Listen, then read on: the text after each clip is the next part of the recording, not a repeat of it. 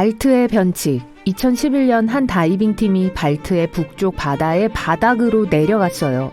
보물 찾기에 나섰던 거죠. 하지만 그들이 발견한 건 꽤 이상한 물건이었어요. 그 사진을 찍어 다른 사람들에게 보여주었을 때 많은 사람들이 그게 다른 문명의 침몰한 우주선이라고 믿었죠. 어떤 사람들은 어떠한 자연적인 원인들이 이 물체를 형성했을 거라고 생각했어요. 하지만 구조물 안에 있는 금속들은 분명 자연적으로 형성될 수 없었어요. 이제 일부 과학자들은 심지어 그게 빙하기 훨씬 전에 나타난 것이라고 믿고 있어요. 어쩌면 그때 얼음 밑에 갇혀 있었던 운석이었을지도 몰라요. 소용돌이는 두 개의 해류가 충돌해 원형 와류를 만들 때 형성되는 일종의 강력한 회전 해류예요. 심지어 두려움을 모르는 바이킹들도 소용돌이는 무서워했어요. 왜냐하면 그게 큰 배를 침몰시킬 정도로 강력했기 때문이죠. 이 소용돌이는 오늘날에도 여전히 위험해요. 다행히도 소용돌이의 힘을 견딜 수 있을 만큼 충분히 큰 현대의 큰 배들에겐 위험하지 않아요. 하지만 소용돌이에 빠진 유람선은 보통 큰 배도 꽤 격렬하게 좌우로 흔들릴 수 있는 거대한 파도에 직면해요. 소용돌이는 너무 강해서 수중 블랙홀 같은 걸로 변할 수 있어요. 네, 블랙홀은 차가운 우주 공간에만 존재하는 게 아니에요. 바다에서 소용돌이 치고 있는 우리 고향 행성에서도 찾아볼 수 있죠. 우주에 있는 블랙홀과 유사해요. 왜냐하면 너무 단단하게 압축되어 있어서 걸려든 그 어떠한 것도 빠져나갈 수가 없거든요. 수중 블랙홀은 종종 지름이 150km에 이릅니다. 그리고 만약 여러분이 그 중 하나에 들어갔다면 아마 들어간 건지도 모를 거예요. 이 블랙홀들은 소용돌이처럼 작용해요. 하지만 그 크기 때문에 전문가들도 그 경계를 거의 알아볼 수 없어요. 여기 뭔가 편안한 게 있어요. 다음번에 해변에 갈 때는 주의를 기울이세요. 그러면 아마 녹색 섬광이라고 불리는 광학 현상을 보게 될 거예요. 해가 진 직후 또는 해가 뜨기 직전에 볼 수 있을 거예요. 태양이 거의 지평선 아래에 완전히 있을 때 생기는데 그 가장자리가 위쪽이 아직 보이고 있을 때 발생해요. 단 1, 2초 동안 태양의 위쪽 가장자리가 녹색으로 보일 거예요. 그건 태양이 하늘 아래로 이동할 때 여러분은 태양을 대기의 더 두꺼운 부분을 통해서 보고 있기 때문입니다. 지평선 아래로 가라앉으면서 빛은 대기 중에 굴절되거나 휘어져 흩어져요. 이 현상을 더 잘 보기 위해서는 지평선에 구름이나 연무가 없는 맑은 날을 기다리세요. 멋진 수영을 기대하고 있었는데 바닷물이 빨갛다는 걸 알게 됐나요? 들어가지 않는 게 좋겠어요. 플로리다는 적조로 유명해요. 특정 미세 조류의 농도가 정상보다 높을 때 발생하죠. 해양과 민물에 있는 수천 종류의 조류는 대부분 동물과 인간에게 무해해요. 산소의 중요한 공급원이기 때문에 심지어 우리를 도와주죠. 하지만 바다를 붉게 만드는 조류와 같은 어떤 것들은 바다거북, 물고기, 그리고 바다새와 같은 해양동물들에게 아주 위험할 수 있어요. 이런 종류는 통제할 수 없을 정도로 자랄 수 있고 인간에게 해로운 신경독을 생산할 수 있어요. 특히 호흡기 문제가 있는 사람들에게 말이죠. 그런 사람들은 특히 바람이 조류를 해안 쪽으로 밀어낼 정도로 강할 때 적조 지역에서 벗어나야 해요. 화산은 유독가스, 화산재, 그리고 빨갛게 달아오른 용암을 내뿜을 수 있어요. 이것들은 우리들 대부분이 이미 알고 있는 가장 명백한 위험 물질들이죠. 하지만 해저 화산은 나름대로 아주 까다로울 수 있어요. 가끔 얕은 물에 있을 때 바위의 잔해와 증기를 수면 높이 날려 자신들의 존재를 드러내요. 해저 화산은 무제한적인 물의 공급으로 둘러싸여 있기 때문에 육지에 있는 화산들과 다른 행동을 할 수 있어요. 폭발할 때 바닷물은 활동하고 있는 해저 분출구로 들어가요. 용암이 얕은 해저를 가로질러 퍼질 수도 있고 때로는 육지 화산을 통해 바다로 흘러 들어가기도 해요. 물속에 있을 때 빨리 식어서 파편과 모래로 산산조각이 날 수도 있어요. 그래서 그곳에는 많은 양의 화산 잔해가 남아있어요. 하와이의 유명한 검은모래 해변 아세요? 그렇게 만들어진 거예요. 뜨거운 용암과 강력한 분출은 분명 안전하진 않은 것 같죠? 하지만 심해에 있는 해저 화산도 마찬가지로 위험해요. 반드시 폭발한다는 건 아니지만요. 이것들은 방울 주머니를 만들어내요. 이 방울들은 주변의 물의 밀도를 감소시켜 심지어 배를 가라앉힐 수도 있어요. 최악의 상황은 여러분이 바다의 수면을 보고 있을 때 뭐가 잘못되었는지를 알 수 없다는 거예요. 하지만 동시에 작은 방울들이 있어서 배가 부력을 잃어요. 거의 아무런 경고도 없이 말이죠. 교착 해면은 보기엔 아름답지만 동시에 아주 위험한 드문 현상이에요. 바다의 더 얕은 부분에서 더 자주 볼 수 있는 사각파를 볼 때 발생하죠. 이건 프랑스나 텔아비브의 특정 해변에서 종종 볼 수 있을 거예요. 하지만 전 세계의 많은 해안 지역에서도 일어날 수 있어요. 교착 해면은 두 개의 파도 패턴이 비스듬한 각도로 이동할 때 발생해요. 이 바둑판 같은 패턴을 형성하죠. 대부분 두 개의 놀이 만나거나 하나의 놀이 파도를 한 방향으로 밀어내는 반면 강한 바람은 다른 방향으로 파도를 밀어낼 때 일어납니다. 이 사각파는 수영하는 사람들과 보트를 타는 사람들에게 위험할 수 있어요. 강한 해류에 의해 생성되는 파도는 예측할 수 없고 거의 3m까지 높아질 수 있어요. 이 현상은 가끔 흰 벽이라고도 불려요. 이 파도들은 너무 강력해서 큰 배를 뒤집을 수도 있어요. 만약 투명한 유리잔에 바닷물을 채우고 자세히 들여다본다면 그게 아주 작은 입자들로 가득 차 있다는 걸 볼 수 있을 거예요. 바닷물은 용해된 소금, 지방, 조류, 단백질, 세제, 그리고 다양한 인공적이고 유기적인 물질들을 포함하고 있어요. 그 유리잔을 흔들면 표면에 작은 거품이 형성되는 걸 볼 수 있을 거예요. 그게 파도와 바람이 바다를 휘저을 때 바다 거품이 형성되는 방법이에요. 이 두꺼운 바다 거품을 보면 녹조 현상이 그걸 야기했을지도 몰라요. 녹조가 바다에서 떨어져 나갈 때 그 물질의 많은 양들이 마른 땅이 있는 방향으로 이동해요. 대부분의 바다 거품은 인간들에게 위험하지 않아요. 하지만 녹조가 떨어져 나가면 환경과 사람 모두에게 부정적인 영향을 미칠 수 있어요. 예를 들어 바다 거품이 터지면 함유하고 있던 독소가 공기 중으로 방출돼요. 그리고 그게 여러분의 눈을 자극하거나 다른 건강 문제들을 일으킬 수 있죠. 강이 바다나 해양으로 흘러 들어가는 곳에서 조석 보어를 볼 수 있을 거예요. 물살을 거슬러 강물을 밀어 올리는 강력한 조류인데요. 깊이가 급격하게 변화하는 헤일이라고 불리는 것의 범주에 속합니다. 조석 보어는 조석파로 강을 밀어 올려 훨씬 더 깊게 만드는 걸 의미해요. 부담파는 강이 갑자기 아주 얕아지는 걸 말해요. 조석 보어는 어디에서나 볼 수 있는 건 아니에요. 강은 바다로 통하는 좁은 출구와 함께 상당히 얕아야 해요. 바다와 강이 만나는 곳은 평평하고 넓어야 합니다. 또 썰물과 만조 사이의 공간이 최소 6m의 넓이가 되어야 하고요. 물론 세계에서 가장 큰 아마존강과 같은 몇 가지 예외는 있어요. 아마존강의 입구는 좁지 않지만 강에 조석보어가 생겨요. 그건 입구가 얕고 모래톱과 낮게 깔린 섬들이 많기 때문이에요. 그곳의 조석보어는 너무 강해서 강에는 삼각주조차 없어요. 침전물은 빠르게 흐르는 해류가 데려가는 대서양으로 바로 가요. 조석보어는 종종 예측이 안 되고 굉장히 거칠 수 있어요. 대부분의 경우 강의 색깔을 녹색이나 파란색에서 갈색으로 바꿔요. 식물을 손상시키거나 심지어 땅에서 나무를 뽑아낼 수도 있죠. 그래서 카약이나 강서핑과 같은 레크리에이션 스포츠는 이 지역에서는 위험할 수 있어요. 만약 조석 보어만 보고 싶다고 해도 조심하세요. 조석 보어는 망 보는 곳을 휩쓸고 거기에 있는 무엇이든 누구든 간에 휘몰아치는 강으로 끌고 갈 수 있어요. 인도네시아의 카와 이젠 화산은 평범한 용암을 분출하는 산이 아니에요. 대부분의 화산이 그러하듯 검은 연기와 붉은 용암을 만들어내는 대신 이 별난 녀석은 푸른 불꽃과 전기를 띠는 파란 용암을 내뿜어요. 이 현상은 이 화산의 세계적으로 가장 높은 수준의 황이 함유되어 있기 때문에 발생해요. 그리고 유황가스가 뜨거운 공기와 상호작용해서 녹은 용암에 의해 불이 붙을 때 파란색으로 변하기 시작하죠. 안타깝게도 이 매혹적인 광경은 밤에만 볼 수 있어요. 하지만 냄새는 하루 종일 맡을 수 있어요. 그나저나 세계에서 가장 큰 산성 호수 또한 이 분화구 안에 위치해 있어요.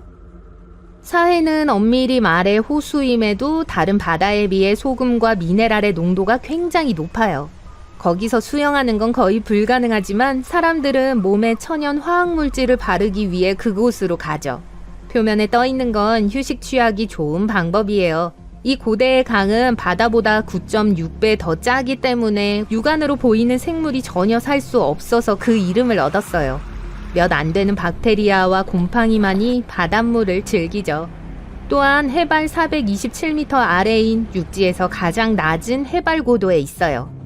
멕시코 지하에는 수정동굴이 있는데 마치 무슨 성간세계 같아 보여요. 표면 아래 약 305m 깊이에 있고 각각의 결정체의 길이는 11m인데 무게는 55톤에 달해요. 이것들은 세계에서 가장 큰 결정체들 중 하나예요.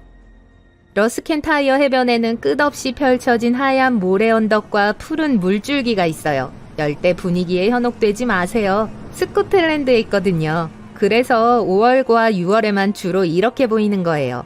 12월에는 하루 평균 1시간만 햇빛이 내리쬐기 때문에 단색으로 훨씬 더 드라마틱해 보여요. 조지아 가이드스톤은 별 패턴을 한 거대한 돌들의 집합체예요. 이것은 힌디어, 중국어, 스와힐리어를 포함한 8개 언어로 새겨진 글이 있어요. 또 1980년에 완성된 천문 달력이 있는데 수세기 동안 사용되도록 만들어졌죠. 아무도 누가 왜 이걸 만들었는지 몰라요. 화창한 캘리포니아의 자이언트 포레스트의 본거지인 세쿼이아 국립공원으로 넘어갈게요. 이곳은 수천 년 동안 존재해왔어요. 세계에서 가장 큰 10개의 살아있는 식물을 포함해 이 거대한 나무들 중 8,000개 이상이 이 땅을 지배해오고 있어요.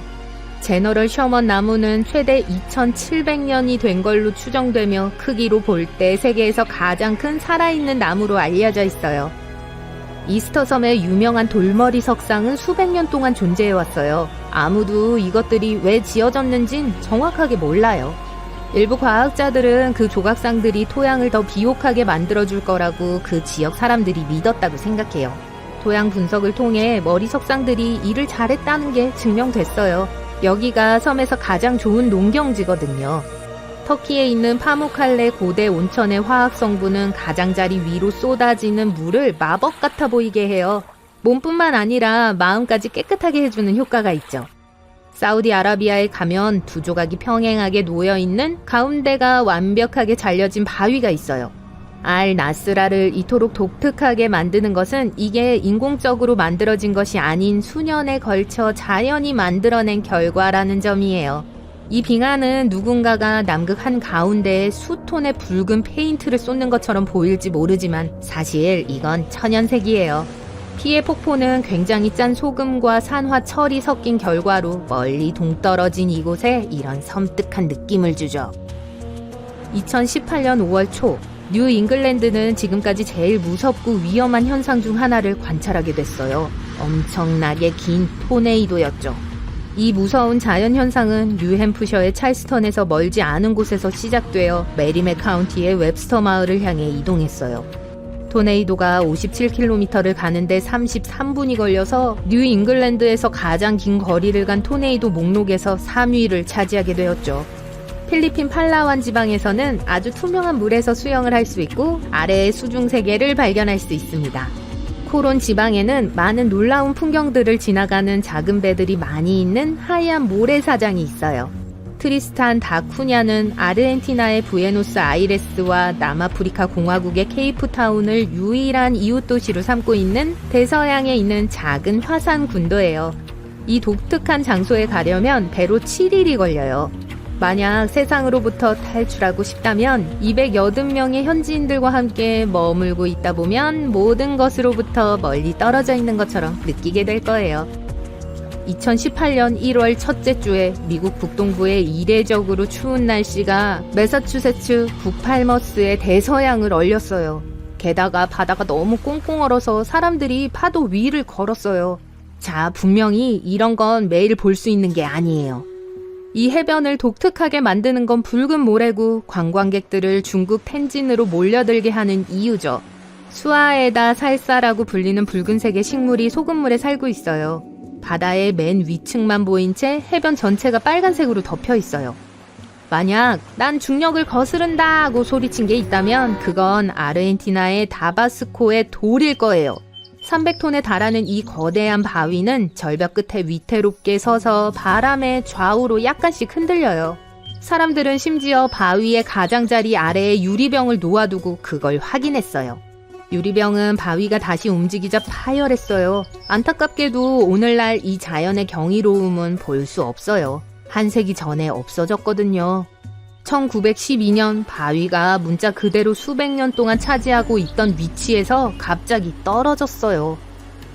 근처 탄딜 마을 사람들은 이 사건을 너무 안타까워하며 95년 후인 2007년에 그 돌을 복원하기로 했어요. 사람들은 그 바위에 플라스틱 복제품을 만들어 같은 장소, 심지어 같은 위치에 놓았어요. 그래서 오늘날에도 탄틸에 오면 그 유명한 균형 잡힌 바위를 볼 수 있어요. 물론 지금은 그냥 상징물이 되었죠. 왜냐하면 더 이상 흔들리지 않고 무게는 9톤에 불과하거든요. 그럼에도 불구하고 바로 알아볼 수 있어요. 소코트라는 인도양의 예멘 해안에서 떨어진 외계인과 같은 섬으로 지금까지 본 가장 독특한 나무들 중 하나가 있어요. 용나무라고 불리며 이 놀라운 섬에서만 찾아볼 수 있어요. 2008년에 세계문화유산으로 지정되었어요. 만약 강렬하게 타오르는 공기 기둥을 보게 된다면 당황하지 마세요. 지구에 종말이 온 게 아니에요. 회오리 소리와 타는 듯한 불길의 이 소름 끼치는 조합은 여러분이 파이어 트위스터 또는 불회오리인 불토네이도와 마주쳤다는 걸 의미해요. 이 위험한 현상은 대부분 산불이 일어나는 동안 생겨나요. 이 불들은 땅 바로 위에 넓은 영역에 아주 뜨거운 공기를 만들어내요. 이 타는 듯한 공기가 더 높은 곳에 있던 차가운 공기와 섞일 때 타는 파편과 불꽃을 일으키는 회오리 바람이 되는 거죠. 제일 강력한 불토네이도는 수백 미터 상공까지 뻗을 수 있어요. 오레건주 골드힐에 있는 미스테리 하우스는 중력을 거스르는 효과로 방문객들을 놀라게 해요. 여러분은 똑바로 서 있지 못하고 항상 옆으로 기대고 균형을 잡기 위해 무언가를 붙잡아야 하고 공은 위로 굴러요. 또 빗자루는 판잣집의 다른 모든 것과는 달리 여러분이 어디에 두든 완벽하게 서 있어요. 미국 원주민들은 이 집이 지어지기 전부터 이곳을 금지된 땅이라고 불렀고 그들은 이곳으로 접근하는 걸 피했죠. 하지만 이 판잣집의 주인공은 이곳을 관광명소로 바꾸기로 결심했고 성공했죠. 주변에 신비한 분위기를 조성했고 이곳에 대한 뉴스를 신문 그리고 후에 인터넷에 퍼뜨렸어요. 그리고 짜잔! 완벽한 변칙이 만들어졌어요. 사실 이건 그냥 신기한 것일 뿐이에요. 눈과 다른 감각들을 속이는 인간이 만든 착시 현상일 뿐이죠. 만약 필리핀, 인도네시아 또는 파푸아뉴기니를 여행한다면 세계에서 가장 특이하고 발랄한 나무들을 볼 기회가 있을 거예요. 무지개 유칼립투스의 몸통이 마치 주황색, 녹색, 빨간색, 보라색, 노란색, 갈색, 파란색 등으로 칠해진 것처럼 보여요. 어떤 나무들은 너무 밝아서 인위적으로 보이죠. 무지개 유칼립투스는 정기적으로 나무 껍질을 벗는데 그 아래에 밝은 녹색층이 드러나게 돼요. 잠시 후 이 녹색층은 점차 색이 변하고 탈피가 나무 줄기의 다른 곳에서 각기 일어나기 때문에 나무는 다채롭고 아주 매력적으로 보이기 시작해요. 예멘은 세계에서 가장 오래된 마천루와 가장 오래된 대도시의 본거지예요. 고대 도시 시밤은 사막 바닥에서 튀어나온 진흙 건물들로 인해 사막의 맨하탄으로 여겨졌죠. 이것들은 고대의 캐러밴 정류장으로 사용되었어요. 여러분은 지금 칠레 북부의 아타카마 사막에 있습니다. 지구상에서 가장 건조한 곳 중 하나죠. 하지만 이 사막에는 아름다운 비밀이 있어요. 3년에서 5년마다 갑자기 꽃이 만발하기 시작하거든요. 이곳은 꽃피는 사막이라고 불릴 정도로 유명합니다. 씨앗들은 땅속에서 약간의 비를 기다려요. 사막에 충분한 물이 생기면 약 200종의 꽃들이 피어납니다. 아타카마의 누런 모래가 보라색, 흰색, 녹색, 분홍색으로 변하죠. 사막에서 볼 수 있는 또 다른 신비로운 현상은 모래폭포예요. 바람이 협곡의 가장자리로 많은 모래를 가져오면 아래로 떨어지기 시작합니다. 이 효과를 100배 증폭시키면 사우디아라비아에 있는 것 같은 모래폭포가 생겨요. 정말 나이아가라 폭포 같아요. 물은 한 방울도 없어요. 지역 주민들은 이 현상이 모래폭풍이 임박했음을 경고한다고 말합니다. 엘프링 혹은 픽시링이라고 알려진 요정의 고리는 초원과 숲이 우거진 지역에 버섯이 신비로운 원형으로 자라는 현상이에요. 왜 요정의 고리가 거의 완벽한 원형인지에 대해서는 많은 논쟁이 있어요. 어떤 미신에 의하면 요정들의 춤이 땅을 태워 버섯이 빨리 자라게 하는 것이라고 해요. 남부 인도에서 2001년 7월과 9월 사이 사람들은 역사상 기록된 가장 이상한 기상현상 중 하나를 목격했습니다. 붉은 비가 내렸어요. 전형적인 폭풍우라고 생각했던 것이 많은 사람들을 충격에 빠뜨렸어요. 비의 색깔은 옷에 물을 들일 정도로 밝았어요. 녹색, 노란색, 갈색, 그리고 심지어 검은색 같은 다른 색깔도 있었습니다. 우기가 한창일 때 붉은 비가 내리기 시작했고 몇 주 동안 주기적으로 내렸어요. 연구원들은 이 특이한 비가 먼지나 녹조에 의해 색깔을 띠게 된다는 걸 발견했어요. 그러니까 이 비를 맛보려고 하지 마세요. 과학자들은 어떻게 녹조가 하늘 위로 올라갔는지 완전히 알지 못합니다. 그래서 이런 현상은 더욱 불안하게 느껴져요. 노르웨이 중부 시골 헤스달렌 계곡 위에 사는 사람들은 종종 하늘을 가로지르는 흰색, 노란색, 빨간색에 떠다니는 불빛을 목격합니다. 그 불빛은 낮과 밤에 모두 나타나며 80년대에는 한 주 동안 15번에서 20번 발견된 적도 있어요. 헤스달렌의 빛은 몇 초 동안 지속되지만 때때로 1시간 이상 지속될 수도 있어요. 불빛은 떠다니거나 심지어 흔들리는 것처럼 움직여요. 어떤 과학자들은 이 불빛의 원인이 이온화된 철분 먼지 때문이라고 믿고 또 어떤 과학자들은 나트륨, 산소, 수소를 포함하는 연소 때문이라고 해요. 또 어떤 사람들은 미확인 비행물체라고도 주장합니다. 스노우 도넛은 가장 보기 드문 기상학적 광경 중 하나인데 그 현상을 위해서는 완벽한 기상 조건이 필요하기 때문이에요. 로키 산맥과 같은 눈 덮인 산간 지역에서 발견되고 바람, 온도, 눈, 얼음, 습기가 모두 적합할 때만 우리가 이 경이로운 고리들을 목격할 수 있어요. 땅에 젖은 눈의 얇은 층이 필요해요. 그 층 아래에는 얼음이나 가루, 눈이 있어야 합니다. 그리고 도넛을 마치 눈덩이처럼 언덕 아래로 굴릴 만큼 충분히 강한 바람이 불어야 해요. 일단 구르기를 멈추면 야구공 크기이거나 자동차 타이어만큼 클 수 있어요. 모두 바람이 얼마나 강한가에 달려있죠. 새로 형성된 스노우 도넛은 오래 지속되지 않으니까 얼른 카메라를 가져오세요. 그리고 머리 조심하세요. 여러분은 지구상의 다른 행성과 비슷한 생태계와 대기를 가진 곳이 있다는 걸 믿을 수 있나요? 자, 믿으세요. 루마니아 남동부에 위치한 모빌 동굴은 무려 550만 년 동안 완전한 어둠 속에 닫혀 있었습니다.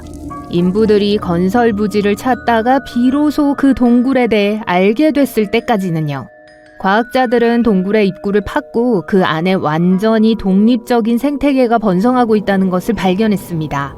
수많은 터널을 지나 바위를 통과하는 통로가 뚫렸을 때 과학자들은 썩은 달걀 냄새가 나는 유황수 호수를 발견했어요. 공기는 황화수소로 가득 차 있었고 지구의 대기가 포함하고 있는 것보다 100배나 많은 이산화탄소를 가지고 있었어요. 말할 필요도 없이 이 공기는 독성이 강해요. 더 이상한 건 완전한 생태계가 이 동굴 안에 존재하고 있고 지구상의 어느 곳에서도 찾아볼 수 없는 33종의 생물이 있었다는 사실이에요. 이 동굴은 완전히 다른 대기를 가진 다른 행성에 무엇이 존재할 수 있는지를 우리에게 보여줍니다. 이런 곳이 아무도 모르게 지금까지 지구에 존재해왔다는 사실이 믿기 힘들 정도예요. 이 나무들 좀 보세요. 인도 고무나무예요. 이 나무의 튼튼한 뿌리는 지하가 아니라 표면에서 자랍니다.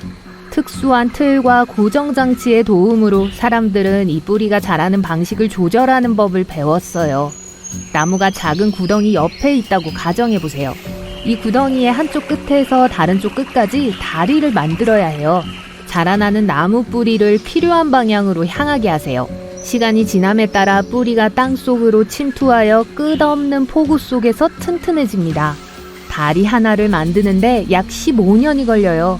여기 생명의 나무라고 불리는 또 하나의 놀라운 나무가 있습니다. 바레인의 사막에서 자라요. 그 나무는 수킬로미터의 모래에 둘러싸인 이 모래 언덕 위에 400년 이상 서 있었어요. 이곳은 굉장히 덥고 습기도 없어요. 그럼에도 불구하고 그 나무는 녹색잎이 있고 계속해서 자랍니다.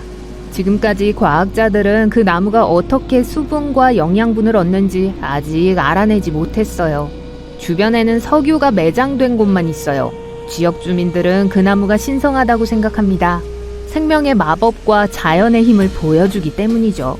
일부 전문가들은 이 모든 것이 뿌리 덕분이라고 확신해요. 뿌리가 매우 깊어서 지하 수원에 도달할 수 있을 거예요. 지금 여러분은 밤새도록 몇 시간 동안 운전하고 있어요. 잠을 못 자서 정신이 몽롱해요. 차를 세우고 팔다리를 뻗기 위해 밖으로 나갑니다. 그리고 나서 하늘을 올려다보고 아름다운 일출을 봐요. 잠깐만요. 하늘에 태양이 3개 있어요. 눈을 비비지만 그대로예요. 하늘에는 여전히 3개의 밝은 태양이 있어요. 우리 태양이 3개로 분열된 게 아니에요. 태양이 2개 더 생긴 것도 아니에요. 이 현상은 선독이라고 불립니다. 주로 심한 서리 동안 발생해요. 하늘의 작은 얼음 결정이 빛을 휘게 하죠. 결과적으로 하늘에서 하나 대신에 3개의 밝은 점을 볼 수 있어요. 이 현상은 공식적으로 후광이라고도 해요. 보통 태양 주위에 있는 원을 가리키죠. 심지어 밤에도 후광을 볼 수 있습니다. 가로등을 보면 불빛 주변에 있는 밝은 원을 볼 수 있어요. 때때로 후광은 더 화려한 형태를 띨 수 있습니다. 만약 공기 중에 얼음이 많다면 빛이 훨씬 더 휘어져요. 마치 거울이 12개 있는 방 안에 있는 것처럼요. 그러면 후광이 사람의 눈 모양으로 보이기도 합니다. 이 때문에 가짜 새벽 현상이 발생할 수 있어요. 지평선을 보고 있는데 새벽이 시작되고 태양의 가장자리가 나타나기 시작해요. 조금만 더? 그런데 잠깐만요. 태양이 하늘에서 녹기 시작해요. 잠시 후 다시 어두워집니다. 그리고 불과 1분 후에 진짜 태양이 얼굴을 드러냅니다. 이것은 3개의 태양에서 본 것과 같은 빛의 공률 효과예요. 이번에는 빛이 수평이 아닌 수직으로 휘어집니다. 그리고 진짜 태양 대신에 하늘에 있는 얼음 결정체에 반사된 태양의 모습이 나타나죠. 하지만 지평선에 3개의 태양이 뜨는 일출은 실제로 존재합니다. 지구에서는 아니지만요. 340광년 떨어져 있는 곳이에요. 중심에 태양보다 거의 2배 큰 별이 숨어있는 항성계가 있어요. 2개의 작은 별이 이 거인 주위를 돌고 있어요. 이 이상한 세계에도 행성이 있어요. 그곳에서의 일몰과 일출은 정말로 3개의 태양과 함께 발생합니다. 이런 일몰을 보면서 사랑하는 사람과 공원 벤치에 앉아있는 데이트는 매우 성공적일 거예요. 가장 당혹스러운 자연현상에 대해 이야기하면서 사막에 내린 눈을 언급하지 않을 수는 없을 거예요. 네, 2018년 겨울 지구상에서 가장 건조하고 더운 곳 중 하나인 사하라 사막의 주민들이 잠에서 깨어났을 때 모래를 덮고 있는 두꺼운 눈을 발견했어요. 어떤 곳에서는 모래 언덕 위에 내린 눈의 두께가 38cm에 달했어요. 그러나 기상학자들은 이 흥미로운 현상에 대한 설명을 했습니다. 차가운 공기 덩어리가 최근의 폭풍으로 인한 강수량과 결합되어 비 대신에 눈이 내렸다고 해요. 이 경우에는 뭘 하면 좋을까요? 눈 낙타를 만들까요? 낙타 혹은 하나 아니면 2개? 상상해보세요. 여러분은 화산이 폭발하는 것을 보고 있어요. 그 자체로 무서운 광경이죠. 하지만 갑자기 불길한 밝은 섬광이 화산 위의 하늘을 밝게 비추는 것이 보입니다. 이것은 그 악몽과도 같은 경험을 완전히 새로운 차원으로 끌어올려요. 한 가지 원인은 밀도가 높은 화산재 입자들이 땅 위에서 그리 높지 않은 곳에서 서로 마찰할 때 발생하는 정전기 때문이에요.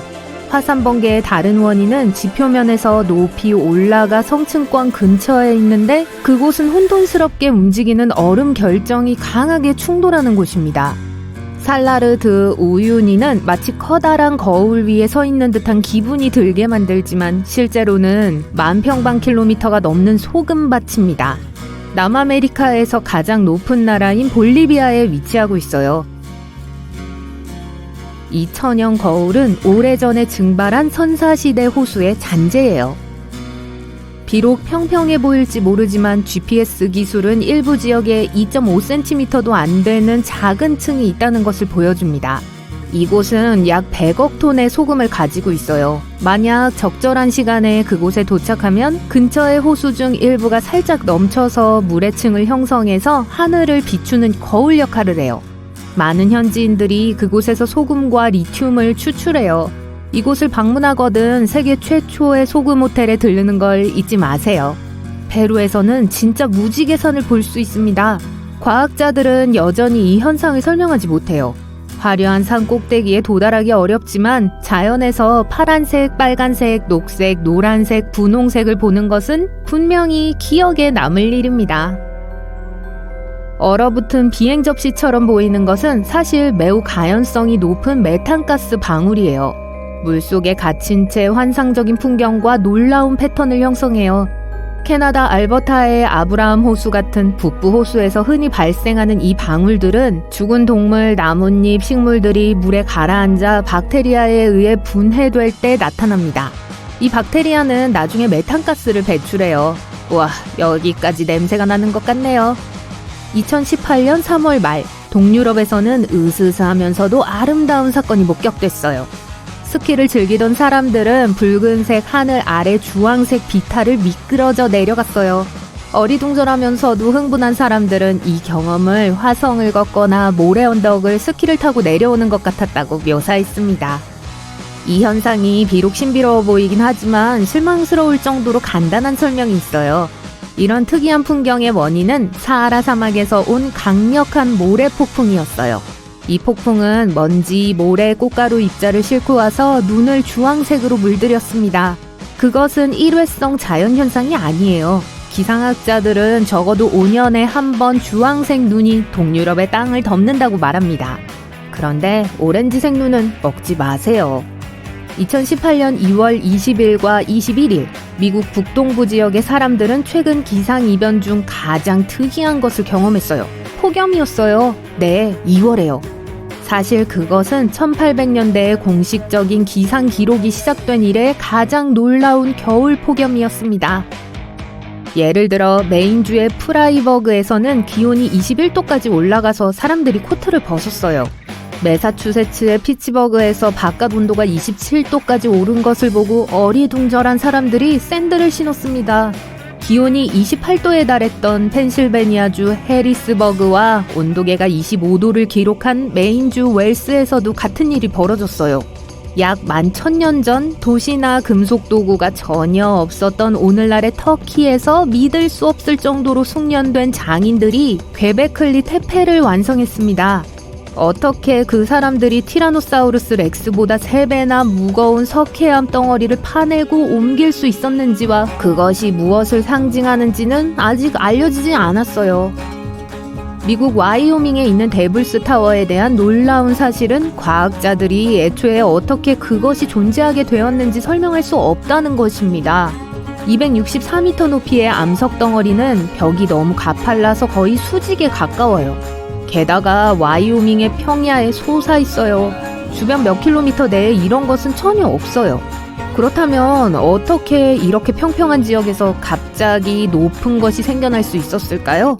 많은 이론들이 있지만 아무도 아직 답을 모릅니다. 크로아티아의 호수 국립공원은 주요 관광 명소이자 많은 독특한 동식물들이 모여있는 세계 문화유산이에요. 사방에서 흐르는 무한한 폭포와 맑은 호수가 어우러져서 마치 서사 영화 세트장처럼 보입니다. 1980년대 중반, 한 스쿠버 다이버가 일본 해안에서 요나구니 기념비를 발견했습니다. 과학자들은 이 구조물들이 수천 년 된 것이라고 확신합니다. 하지만 여전히 그것이 천연인지 인공인지는 확신하지 못해요. 만약 그것이 고대 도시라는 것이 증명된다면 새로운 미스테리는 어떤 사라진 문명이 그것을 건설했고 어떻게 바다 밑바닥까지 왔는가 하는 것입니다. 이 바위들의 모양과 형태는 몇몇 인공적인 작업의 결과가 아니에요. 강렬한 화산 폭발에 의해 만들어졌어요. 과학자들은 여전히 왜 아일랜드의 자이언트 코스웨이가 그렇게 이상한 모양으로 만들어졌는지 혼란스러워하고 있습니다. 1812년 알 수 없는 이유로 영국의 한 농부가 지역 화가에게 돈을 주고 산비탈에 있는 수톤의 흙을 제거하고 백악으로 윤곽을 채웠어요.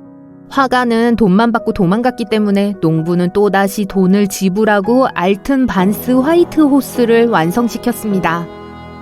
아이슬란드의 검은 폭포는 아이슬란드를 둘러싸고 있는 어두운 색의 용암 기둥에서 그 이름을 얻었어요. 폭포의 바닥에는 날카로운 바위가 있어요. 전체 건축물은 아이슬란드의 유명한 건물들에서 볼 수 있는 아이슬란드 건축에 영감을 주었습니다. 습한 겨울밤에 숲에서 머리카락 얼음을 볼 수 있어요. 솜사탕이나 흰머리 가발처럼 생긴 특이한 얼음 결정이 썩은 나무 위에서 자랍니다. 불행하게도 이 아름다움은 해가 뜨자마자 녹아버려요. 최근에야 과학자들은 머리카락 얼음을 만드는 것을 발견했습니다. 여태껏 그것은 바로 준비됐나요? 곰팡이균이었어요. 그것은 얼음이 매우 얇은 털을 형성하도록 해주고 밤새도록 이 형태를 지지하도록 돕습니다. 이 특정한 종류의 곰팡이가 존재하지 않을 때는 연약한 털 대신에 얼음은 껍질 같은 구조를 형성해요. 산불의 가장 흔한 원인 중 하나는 뇌우에서 나오는 번개입니다. 하지만 산불이 뇌우를 일으킨 사례에 대해 들어본 적이 있나요? 이제 듣게 되실 거예요. 2018년 5월 11일 텍사스주 아마릴로에서 멀지 않은 곳에서 있었던 일입니다. 초대형 말라드 화재는 공중의 밀도가 높은 거대한 구름을 만들었을 뿐만 아니라 그 열기는 또한 나중에 90km 떨어진 텍사스 윌러 카운티의 동정 크기의 우박이 수톤이나 내리게 만든 격렬한 뇌우를 야기시켰어요. 카엔지는 네브래스카에 있는 가장 이상한 랜드마크입니다. 이 작품을 만든 사람은 진짜 스톤헨지를 연구했고 그의 아버지에게 경의를 표하기 위해 오래된 자동차로 자신만의 버전을 만들었어요. 어떤 차들은 돌기둥처럼 서 있고 어떤 차들은 아치로 연결되어 있어요. 왜 이런 것을 만드냐고 물었을 때 그 건축물을 만든 사람은 안 될 것도 없죠 라고 답했어요. 2007년 미시간 호수 바닥에서 스톤헨지를 닮은 것이 또 하나 발견됐어요. 원형의 돌무더기와 마스토돈 조각이 있었어요. 이 동물은 10,000년 전에 사라졌으므로 조각은 그보다 더 오래됐을 거예요. 그 위치는 대중에게 공개되지 않았어요. 행운을 빌어요. 캐나다의 허드슨만은 아마도 지구상의 다른 어느 곳보다 중력이 더 낮은 세계에서 유일한 곳일 겁니다. 심지어 회의론자들도 그 차이가 정밀 장비로 측정됐기 때문에 비웃을 수가 없어요.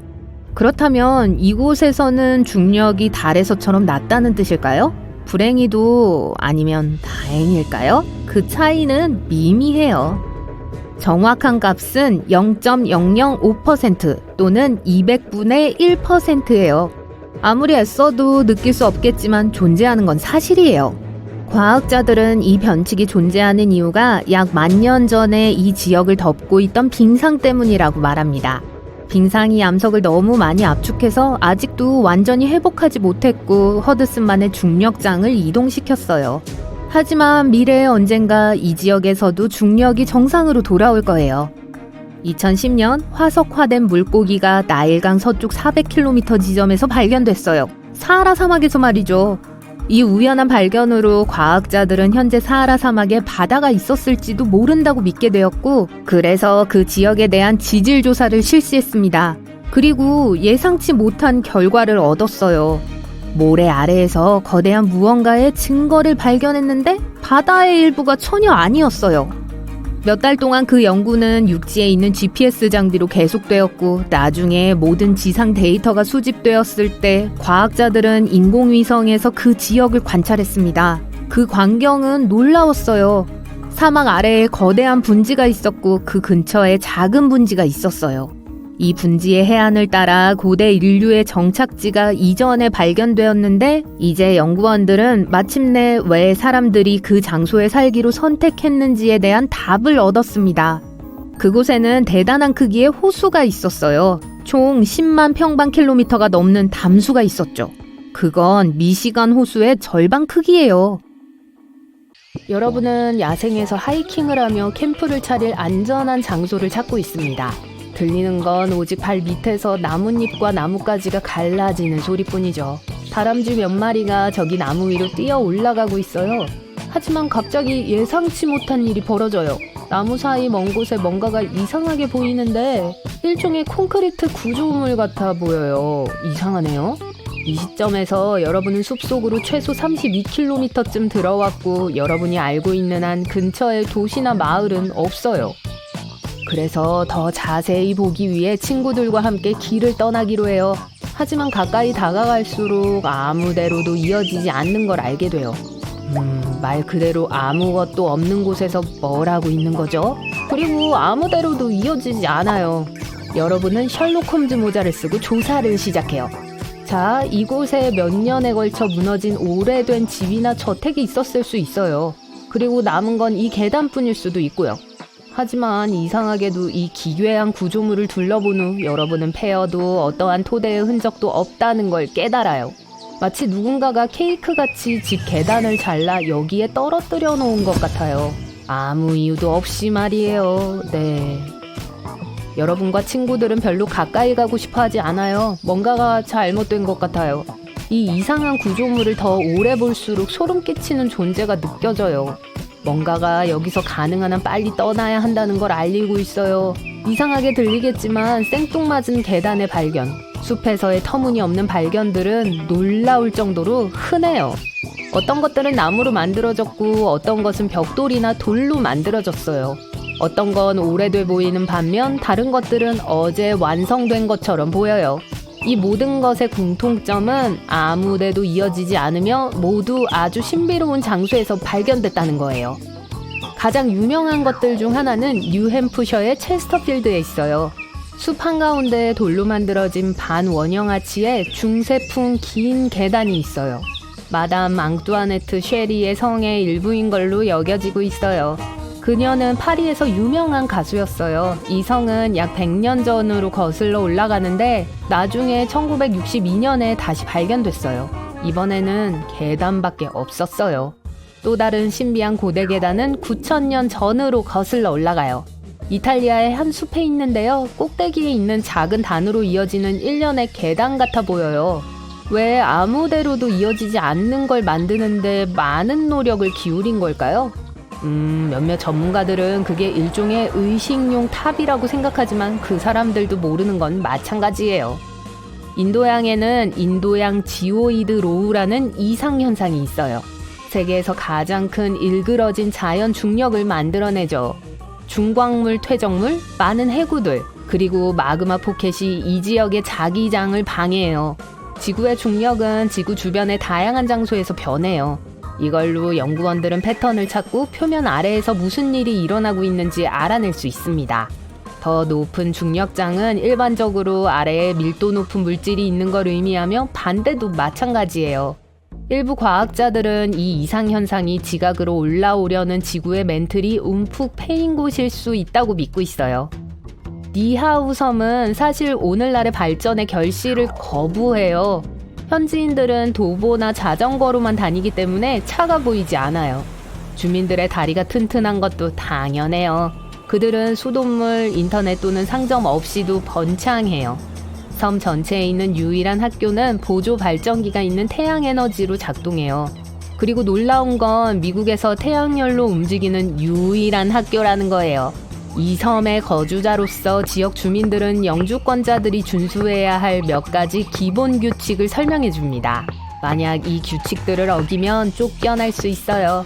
이제 방콕에서 멀지 않은 태국 북동부에는 7,500만 년 된 암석층이 있습니다. 이 바위들은 고래 3마리가 함께 헤엄치고 있는 것처럼 보여요. 자연이 만든 이 아름다운 디자인은 3마리 고래 바위로 알려지게 됐어요. 수백만 년 전에 이 지역은 사막이었어요. 하지만 땅이 변했죠. 점차적으로 지각판의 움직임과 침식에 의해 사암이 산산조각 났어요. 그런 식으로 이 화려한 대형들이 만들어졌어요. 만약 3마리 고래 바위 주변의 산책로를 탐험하기로 결정했다면 그곳에서 폭포와 풍부한 동식물을 발견할 수 있을 거예요. 야말과 가이단 반도에 위치한 이 넓은 구덩이는 2014년에 발견되었습니다. 계속 변하고 진화하는 것 같아요. 구덩이는 점점 넓어지고 사람들은 더 자주 그곳을 찾아요. 물론 어떻게 나타났는지에 대한 이론은 많아요. 운석 충돌에서부터 다른 문명의 활동에 이르기까지 의견들은 많죠. 하지만 제일 일반적인 설명은 지구의 영구 동토층이 녹기 시작한 후 메탄가스가 물 분자에 반응하기 시작했다는 거예요. 이게 얼음을 통해 터지는 메탄 거품을 야기했을 거예요. 분화구들은 수천 년이 되었을 수도 있지만 확실히 아는 사람은 없습니다. 뉴멕시코주 타오스라는 작은 마을로 운전해 가고 있습니다. 지역 주민의 2%가 매일 이상한 윙윙거리는 소리를 들어요. 어떤 거주자들은 이 소리가 다른 은하계에서 온 손님들이 사용하는 기술과 어떤 연관이 있다고 믿고 있어요. 또 마을에 불길한 뭔가가 살고 있다는 이론도 있고요. 타우스는 저주받았다고들 하죠. 사악한 영혼이나 홀령이 조상들이 과거의 한 일로 사람들을 벌주고 있다고요. 과학자들은 아직도 이 소리의 본질을 설명할 수 없어요. 어떤 이론은 그 장소의 특이한 음향 때문에 발생한다고 하는 반면 다른 사람들은 윙윙거리는 소리는 환각이라고 해요. 어떤 사람들은 모두가 뭔가에 대해 이야기를 하고 마음이 실제로는 존재하지 않는 소리에 대한 환상을 만들어내서 그걸 듣는다고도 하고요.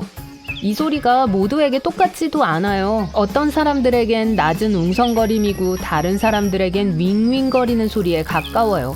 하지만 이상한 소리를 들을 수 있는 곳은 이곳만이 아니에요. 더험이라고 불리는 소리는 전 세계 사람들이 들었다고 주장하고 있어요. 스코틀랜드의 작은 마을에 사는 몇몇 사람들은 그게 낮고 두꺼운 웅웅거리는 소리라고 묘사했습니다. 반면 플로리다의 일부 주민들도 비슷한 소리를 들었어요.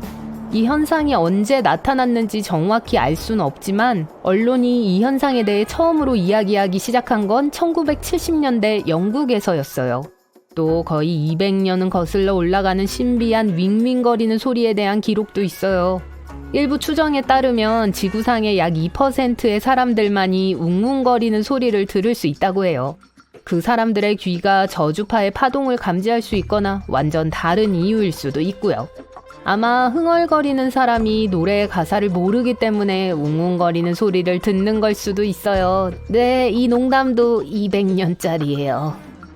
인도네시아의 한 화산은 밝은 푸른 용암을 내뿜고 파란색과 보라색 불꽃을 만들어내요.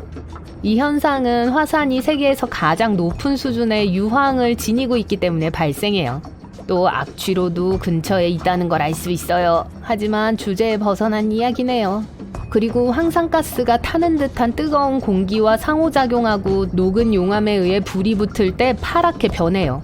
또 이 북나구 안에는 세계에서 가장 큰 산성호수가 있어요. 네, 냄새가 정말 심해요. 수중의 강과 호수가 염수연못이라고 불리는 데는 이유가 있어요. 높은 염분이 주변의 바닷물보다 그 안에 있는 물을 더 밀도 있게 만들어요. 그래서 강과 호수를 형성하면서 바닥으로 가라앉는 거예요. 이것에는 파도도 있어요. 이 파도들은 때때로 물가에 부딪힐 수 있습니다. 잠수함을 타고 그곳으로 내려가면 염수 연못 수면에 쉽게 떠다닐 거예요. 하지만 잠수함 없이 그런 호수에서 수영하는 건 너무 위험해요. 유독한 메탄과 황화수소를 너무 많이 함유하고 있거든요. 네, 전 이것도 패스할래요. 하지만 여러분은 하고 싶은 대로 하세요. 멕시코의 크리스탈 동굴은 세계에서 가장 독특한 결정 구조물의 본거지입니다. 동굴 안의 초희귀한 환경 덕분에 그곳의 결정체들은 믿을 수 없는 크기로 자라요. 공기가 엄청나게 습합니다. 물은 우유빛 거인들의 성장을 촉진시키는 수톤의 미네랄을 포함하고 있어요. 어떤 건 전봇대보다 더 길어요. 돌풍이 눈이 쌓인 지역을 가로질러 눈을 굴리기 시작할 때 원통형 눈 도넛이 생겨요. 마치 눈사람을 만들듯이요. 만약 그게 진짜라면 결국 바람이 움직이기엔 너무 무거워질 거예요. 하지만 눈 도넛의 중심은 비어 있어요. 도넛의 안쪽 층이 너무 얇고 도넛이 형성될 때 날아가기 때문이죠. 이것으로 눈덩이보다 더 가벼워져요. 그래서 더 굴러가기도 하는 거예요. 안타깝게도 눈 도넛이 나타나려면 아주 정확한 조건이 필요하기 때문에 보기 힘듭니다. 에티오피아의 다날키 한물지는 아마도 여러분이 볼 수 있는 가장 이상하게 생긴 곳 중 하나일 거예요. 네온빛 온천, 용암 웅덩이, 광활한 염전이 여기저기 흩어져 있어요. 여기서는 특히 조심해야 해요. 유독가스가 열수구 위로 소용돌이치고 있거든요. 그리고 많은 웅덩이들이 산성이 강해요. 그러니까 수영하러 가지 마세요. 적어도 점심 식사 후 30분까지는요. 농담이에요.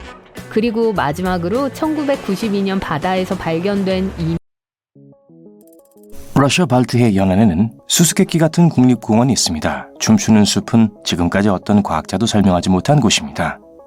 숲의 소나무는 모두 고리와 나선형으로 꼬불꼬불 굽어 있어요. 그 지역의 모래 언덕을 보다 안정적으로 만들기 위해 소나무를 심었던 60년대 초반이 돼서야 그 모습을 드러냈죠.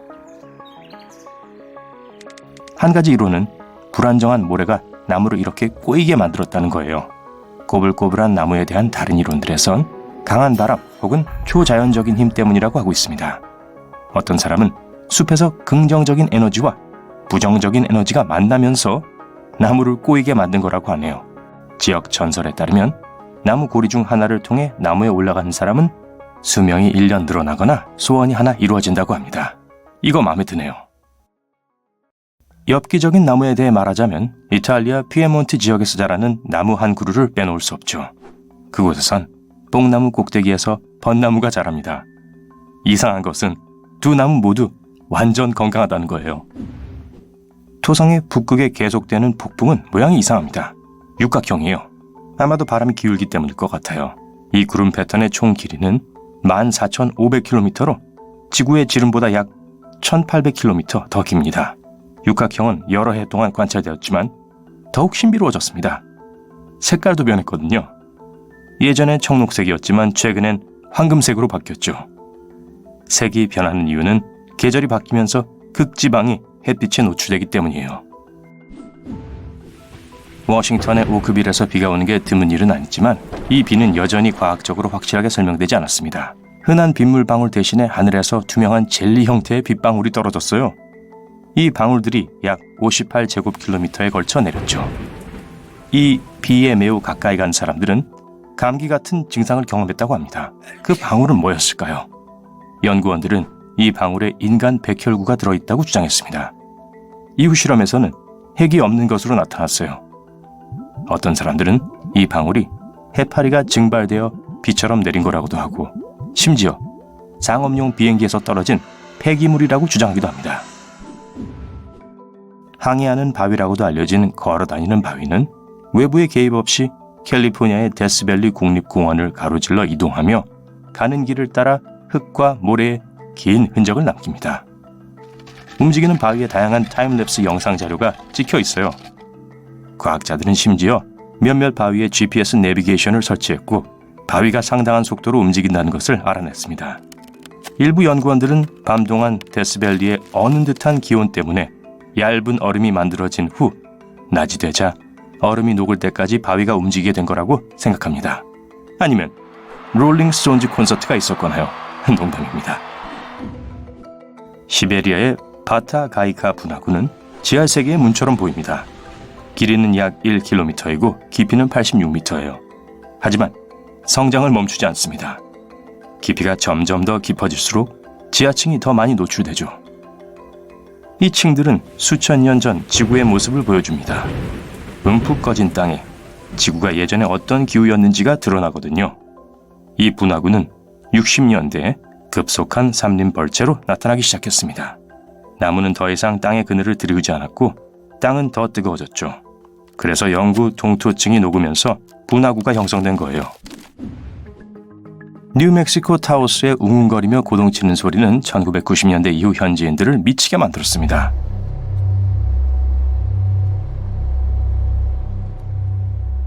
낮은 파장의 웅웅거림은 수면을 방해하고 에너지를 고갈시키죠.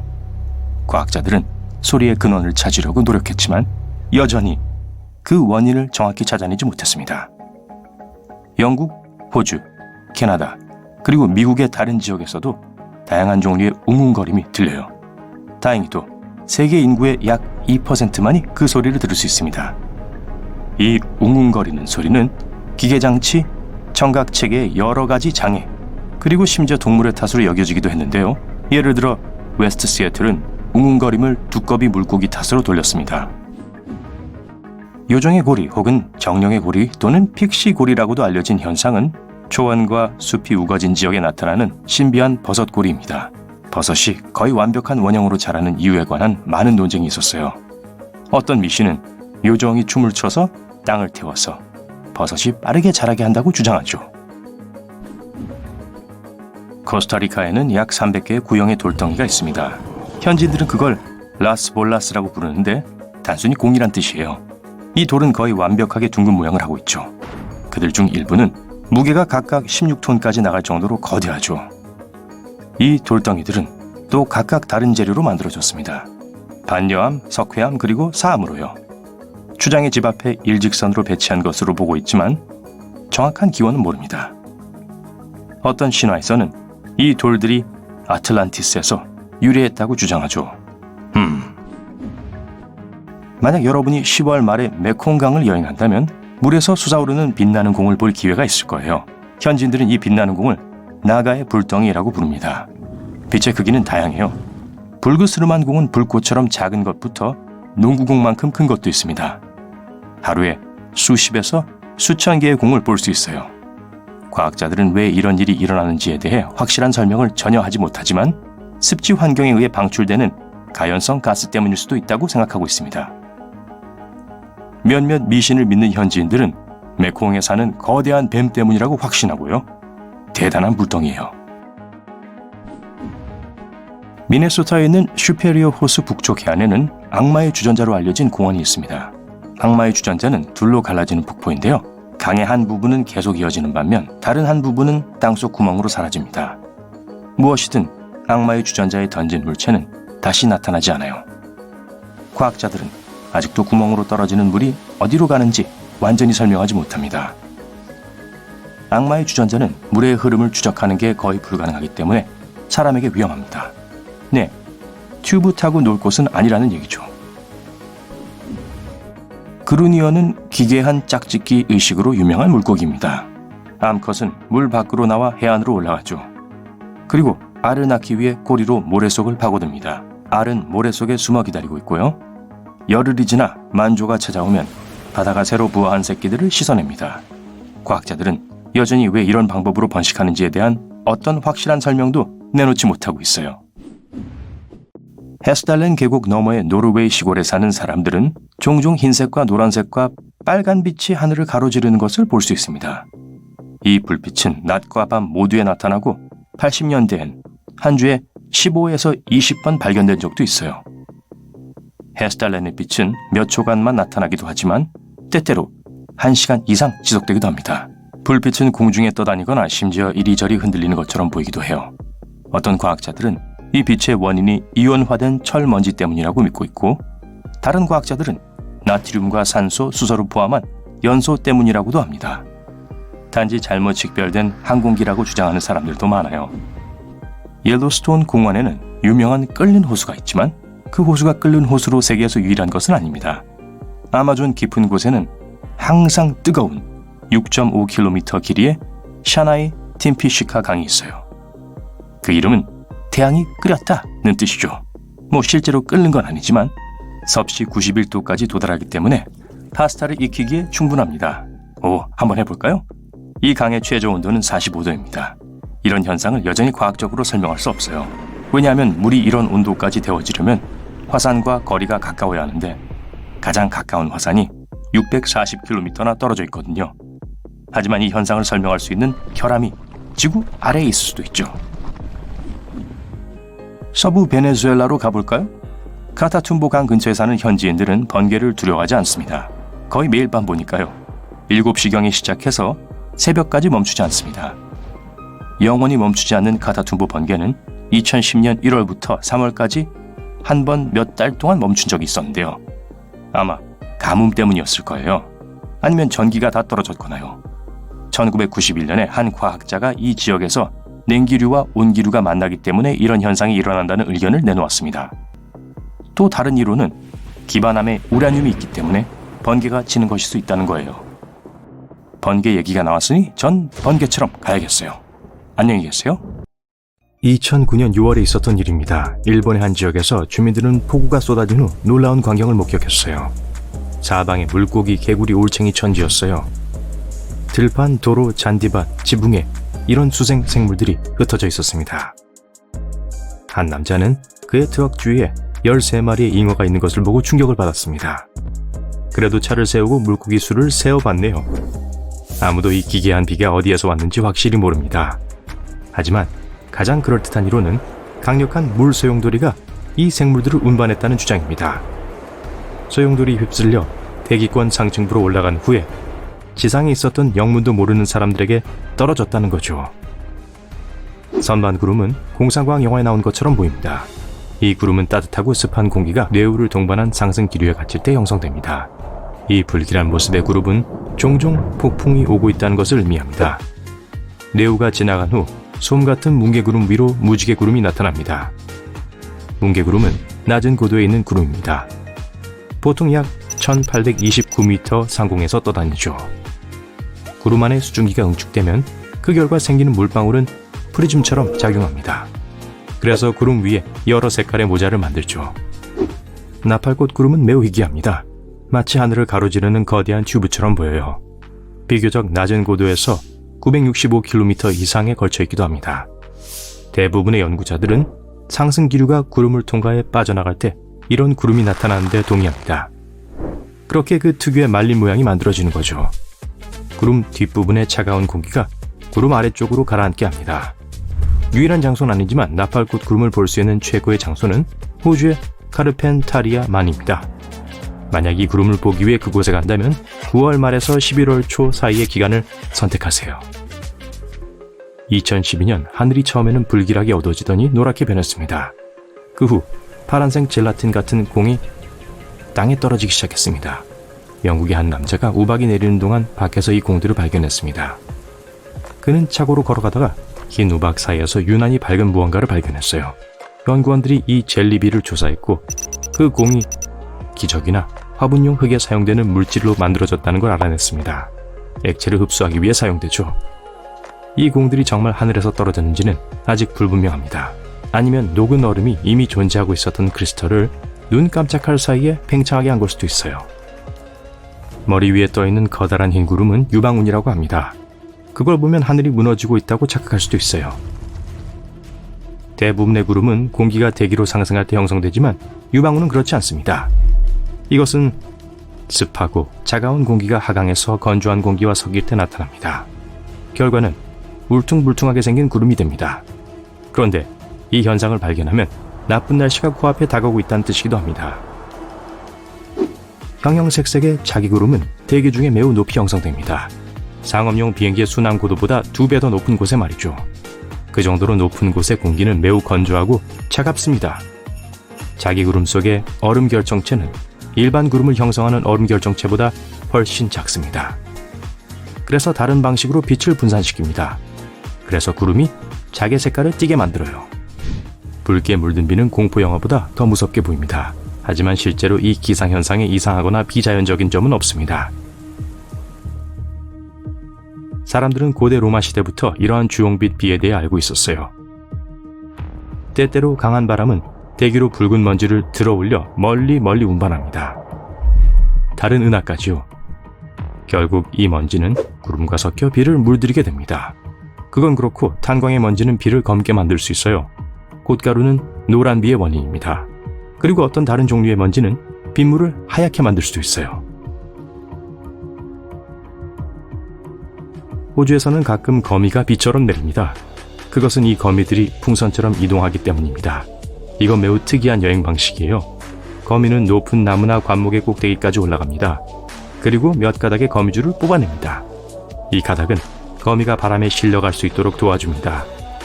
풍선처럼 하늘을 나는 거미를 발견하는 건 쉽지 않아요. 하지만 가끔 만약 날씨가 특히 습하고 불쾌할 때 대규모 풍선 이동 현상이 발생합니다. 그러면 주의를 기울이지 않을 수 없을 거예요. 수백만 마리의 거미들이 더 나은 조건을 갖춘 다른 곳을 찾기 위해 여행을 떠납니다. 마치 밖에 눈이 오는 것처럼 보일 거예요. 하지만 아닙니다. 땅으로 착륙하는 거미들이에요. 하늘에서 거대한 둥근 원반을 본 적이 있나요? 아마도 그것들은 렌즈 구름이었을 거예요. 이것은 보통 산이나 언덕과 같은 크고 높은 곳에 형성됩니다. 강한 바람이 어떤 장벽과 부딪히면 공기 파동을 만듭니다. 공기가 그 장애물을 감싸게 됩니다. 장벽이 높을수록 그 위로 올라가는 공기는 더 차가워집니다. 어느 순간 그 안에 함유된 수분이 물방울로 변합니다. 그리고 특이한 구름을 형성하죠. 렌즈 구름은 파도, 피자, 심지어 팬케이크 더미처럼 보일 수 있어요. 맛있겠죠. 화산 토네이도는 아마도 가장 무서운 자연현상 중 하나일 겁니다. 화산이 폭발할 때 붉게 달아오른 바위와 재가 공중으로 높이 내뿜어집니다.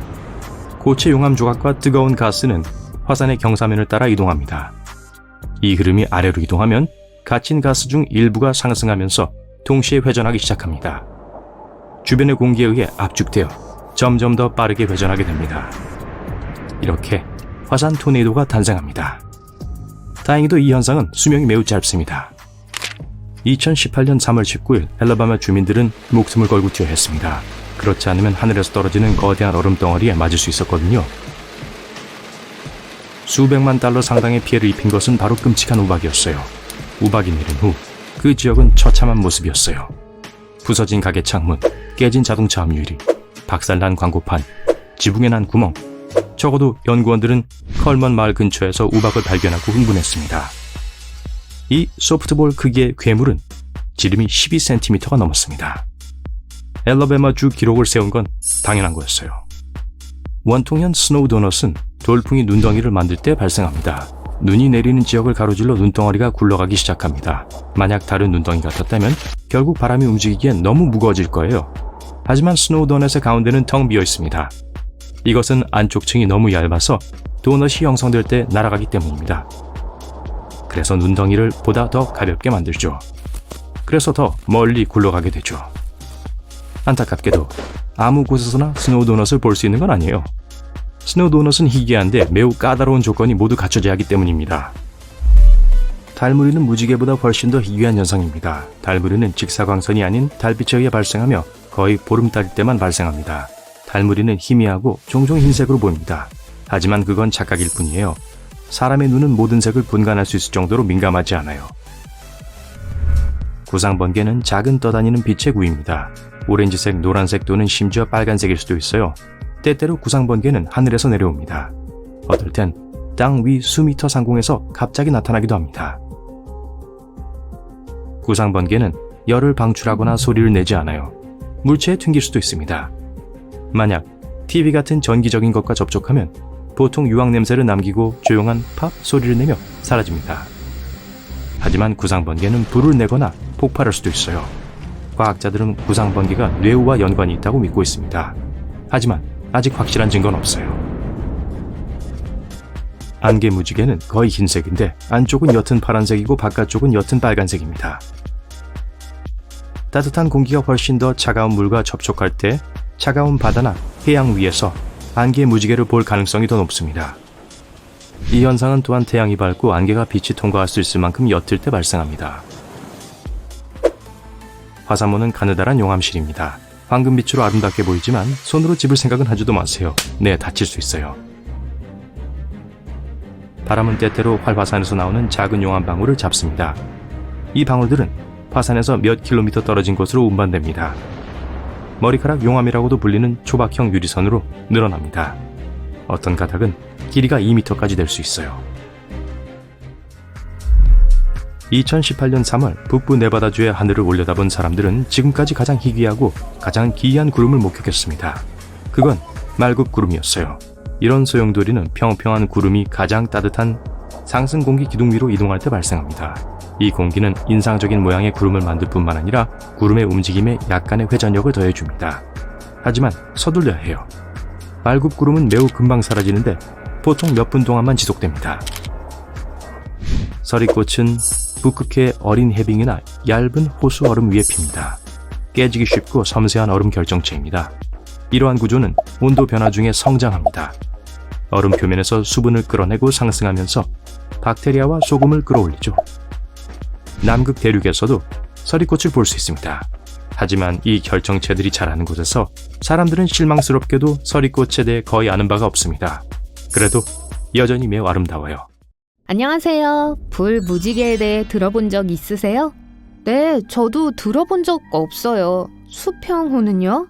그럴 줄 알았어요. 근데 참고하세요. 둘은 같은 거예요.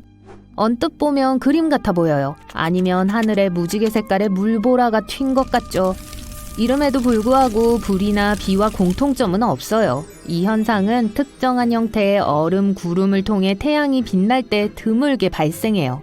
무지개 태도 그만큼 독특해요. 다시 말하지만 태양에서 나오는 빛을 완벽한 고리로 구부리기 위해서는 구름에 있는 특정한 종류의 얼음 결정체가 지구 표면에 존재해야 해요. 달빛에도 같은 현상이 일어날 수 있어요.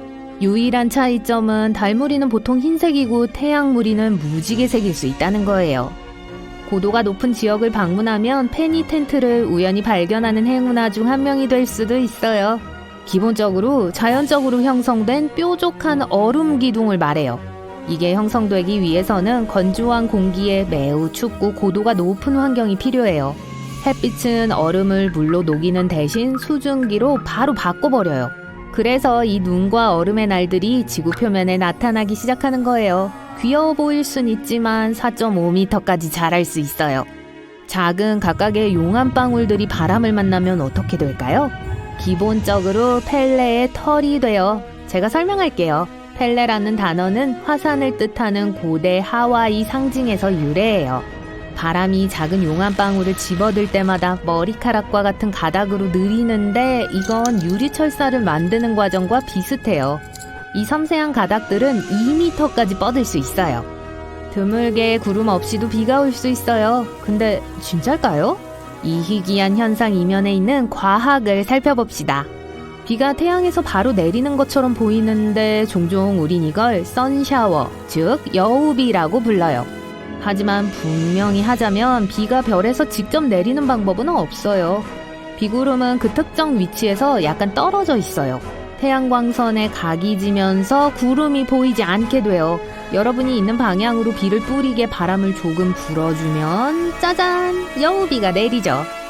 볼리비아의 우유니 소금 호수라고 불리는 곳이 있어요. 세계에서 가장 큰 소금 평지예요.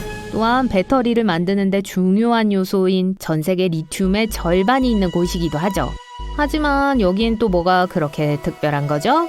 장마철이 올 때마다 이 평평한 땅을 완벽하게 반사되는 거울 호수로 바꿔줘요.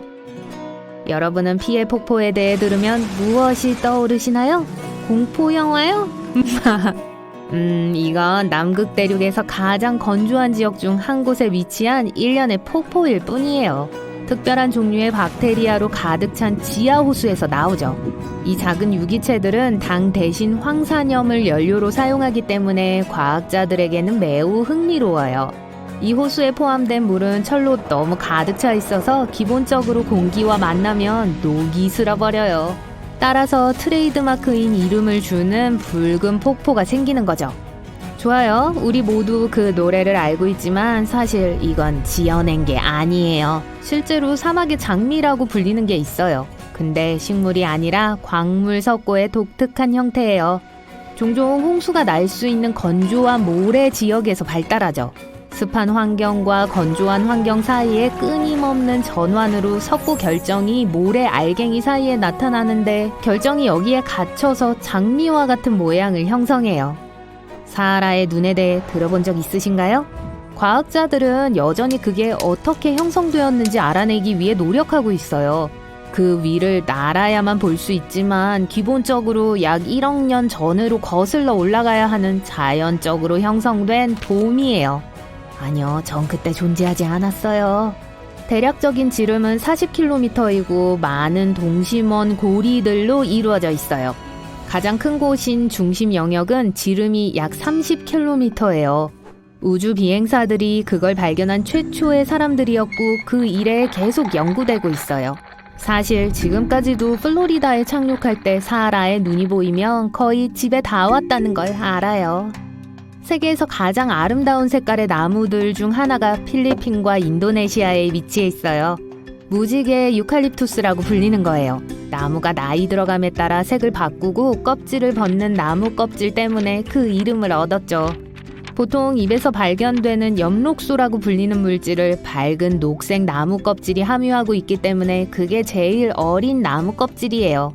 그런 다음 보라색으로 바뀌고 빨간색으로 바뀌어요. 마침내 자라면서 엽록소를 잃으면 갈색으로 바뀌고요. 숲으로 착각하지 마세요. 이건 나무 한 그루예요. 그리고 아니요, 그건 일종의 착시 현상도 아니에요. 제가 설명드릴게요. 그 흙 아래에는 땅 위에 보이는 약 47,000그루의 나무와 같은 모양을 이어주는 복잡한 뿌리의 네트워크가 있어요. 이 나무는 사시나무예요. 이 나무들 중 일부는 세계에서 가장 오래되고 큰 유기체들 중 하나예요. 자, 여기 모든 여행객들에게 좋은 목적지가 있네요. 아니면 별로 안 좋을 수도 있고요. 나사가 발표한 최근 자료에 따르면 세계에서 가장 번개가 많이 치는 지역은 베네수엘라의 마라카이보 호수라고 해요. 이곳에선 1년 중 300일이 뇌우를 동반해요. 그런데 지역이 뭐가 그렇게 독특해서 폭풍우가 자주 일어날까요? 왜냐하면 이곳은 차가운 산의 공기가 따뜻하고 습한 바람을 만나 호수 위로 전기를 만들어내는 곳이기 때문이에요.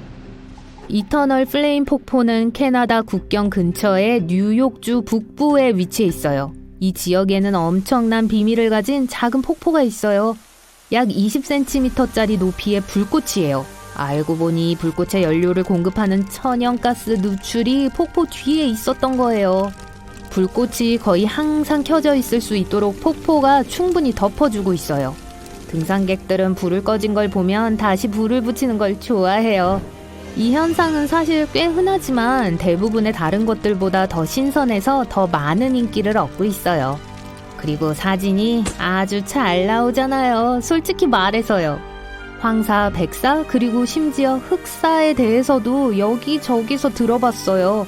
하지만 지금까지 녹색 해변은 들어본 적이 없어요.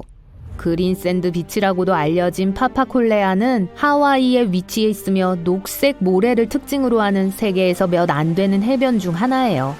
이 독특한 색깔은 근처에 화산이 폭발했을 때 형성된 감람석으로부터 생겨났어요. 사실 하와이에서는 모든 화산이 근처에 가까이 있어요. 녹색 모래는 그만 볼게요. 왜냐하면 세계의 다른 해변 중 일부는 밤에도 빛날 수 있거든요. 그리고 이건 완전 천연이에요. 범인이요? 식물성 플랑크톤이라고 불리는 작은 것 때문이에요. 또는 미세조류라고 불리기도 해요. 이것들은 기본적으로 엽록소를 포함하고 있고 살고 자라기 위해 햇빛을 필요로 하는 작은 식물이에요. 대부분의 식물성 플랑크톤은 물 아래 햇빛이 여전히 닿을 수 있는 바다의 상층부에서 떠다닐 수 있어요. 식물성 플랑크톤은 파도와 해류의 움직임에 의해 뒤흔들리게 될 때 빛을 발산하는데 밤 동안에는 어떤 빛 같아 보이기도 하죠. 이 특별한 미생물들은 몰디브, 푸에르토리코, 그리고 에버글레이즈와 같은 세계의 많은 곳들의 해변에서 발견돼요. 와이오밍주 애프턴 바로 바깥에 위치한 산의 밑바닥에는 간헐천이라고 불리는 작은 강이 있어요. 전 세계에 이런 종류는 3개밖에 없어요. 하지만 이 작은 물줄기를 신비롭게 만드는 건 뭘까요? 아래에서 우르렁거리는 소리가 느껴져요. 아니요, 여러분의 배 말고요.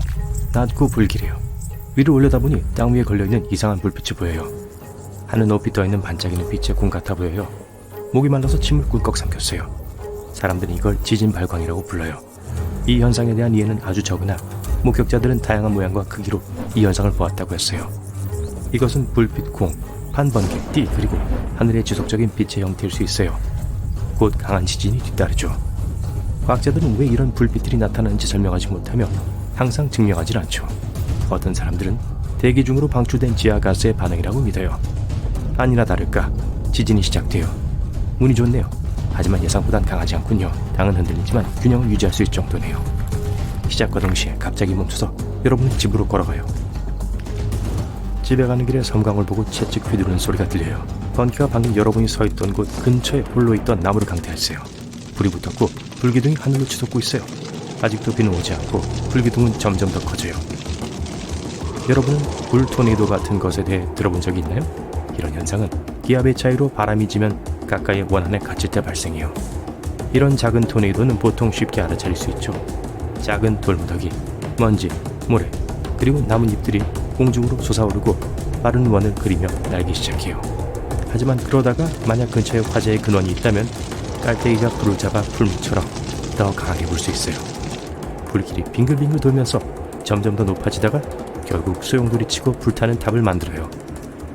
다행히도 불 토네이도는 수명이 짧고 보통 큰 피해를 입히지 않아요.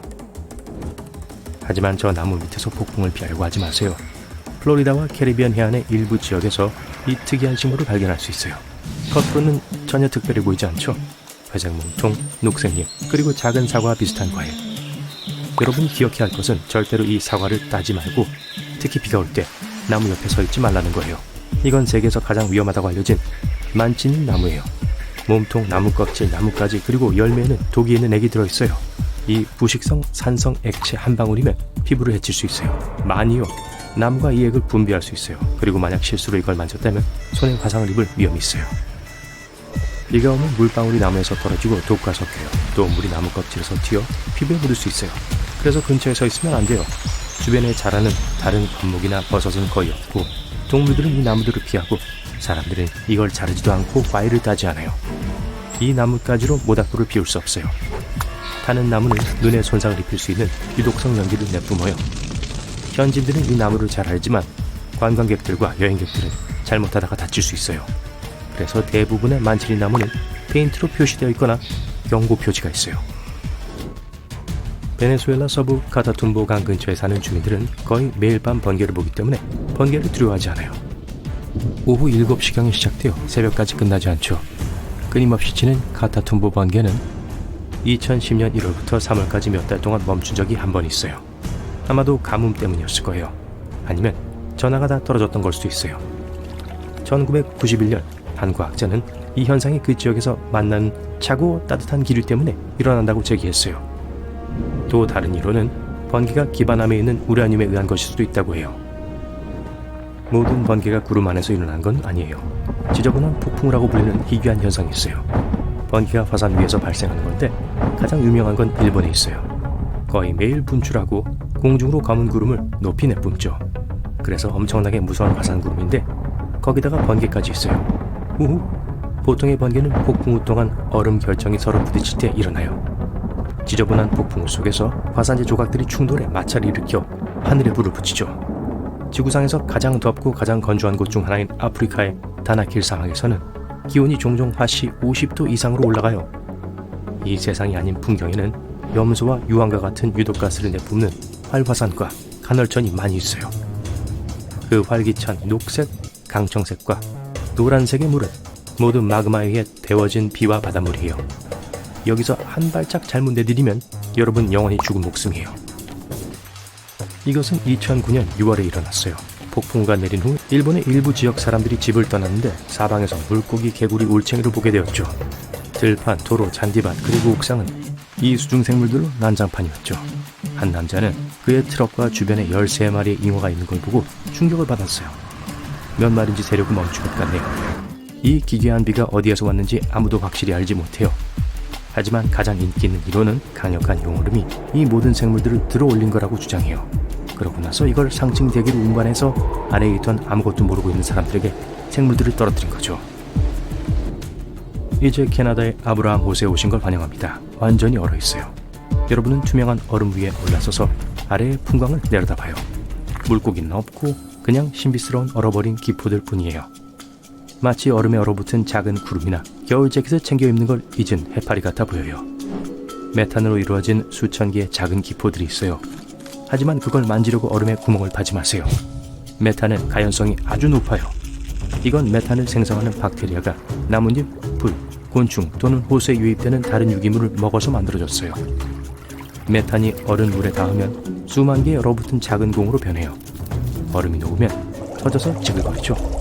비슷한 호수가 북극해 일부 해안 근처에서 발견될 수 있어요. 그곳의 기포의 크기는 열기구의 몇 배에 이를 수 있어요. 확실히 아름답지만 사실 안전하지 않죠. 다음 충격적인 호수는 인도네시아에 있어요. 자바 섬입니다. 풀과 나무가 우거져 있는 장엄한 화산에 왔어요. 화산은 잠들어 있는 것 같지만 연기가 쏟아져 나오고 있어요. 정상에 올라요. 지치고 피곤하고 땀이 나고 여러분은 더위를 식힐 준비가 되었어요. 잘했어요. 정상에 올랐어요. 여러분은 화산 입구를 들여다봅니다. 끓는 용암은 없고 저 아래 아름답고 밝은 청록색 호수만 있네요. 오아시스 같아요. 상쾌하게 다이빙할 완벽한 순간이네요. 달려 내려가 뛰어들 준비를 해요. 하지만 물이 아니라 산성물이에요. 유황가스는 화산 아래에서 호수로 들어가요. 호수 자체는 금속으로 가득 차 있어요. 가스가 거기에 닿으면 저 아름다운 청록색 물을 만들어내요. 제 말은 산성물이요. 가장 가까운 마을로 돌아가서 쉬었다가 날씨가 더 선선해지는 밤에 돌아오는 게 좋겠어요. 어둠 속에서 호수가 빛을 내는 것 같아요. 그 바로 위에 빛으로 가득 찬 폭발하는 작은 구름들을 볼 수 있을 거예요. 유황가스가 호수에서 나와 공기와 결합해 밝은 푸른빛으로 빛나요. 그래도 너무 가까이 가진 마세요. 바다는 불길한 붉은색으로 변하고 어떤 생물도 그 속에서 살아남을 수 없어요. 무슨 암흑 마법 같은데요. 사실 이것은 적조라고 불리는 특정한 색조를 물에 더해주는 걷잡을 수 없이 퍼져나가는 작은 해조류예요. 이것들은 해양 포유류, 새, 그리고 거북뿐만 아니라 그걸 먹고 사는 생물들을 파괴하는 독소를 갖고 있어요. 인간의 경우 이것과 접촉하면 호흡장애나 바다 식중독에 걸리게 돼요. 때로 심지어 거대한 배들도 이렇다 할 이유 없이 공해에서 가라앉았어요. 그 이유는 종종 수중 화산이 잠자는 동안에도 발생시키는 거품의 주머니 때문이에요. 이 생산적인 마그마 공장들은 물밑 2600m에 숨겨져 있어요. 깨어날 때 마치 육지 화산처럼 행동하고 파괴적인 쓰나미를 일으킬 수 있어요. 이 나무는 병처럼 생겼는데 어쩐지 병나무라고 불린다 했네요. 나미비아에서 자라고 많은 관광객들을 끌어모으죠. 하지만 이 나무는 지구상에서 가장 위험한 나무 중 하나니까 너무 가까이 가지 마세요. 우유 같은 액이 나무 몸통 안쪽에 흘러요. 이건 인체의 독성이 아주 강해요. 하지만 밝은 면을 보자면 이 나무들은 붉은 속이 있는 아름다운 분홍색과 흰색의 잎을 갖고 있어요. 우주 서쪽에 한때 감옥으로 사용되었던 나무가 자라고 있어요. 오랫동안 바오밥 감옥나무 안에는 범죄자들을 위한 감방이 존재했었어요. 보통 사람들은 임시로 하룻밤만 그곳에 머물렀어요. 그 후 최종 목적지로 옮겨졌죠. 이 감옥은 1500년도 훨씬 전에 지어졌고 오늘날까지 완벽하게 보존되어 있어요. 이곳을 찾는 관광객들은 안을 살짝 볼 수 있어요.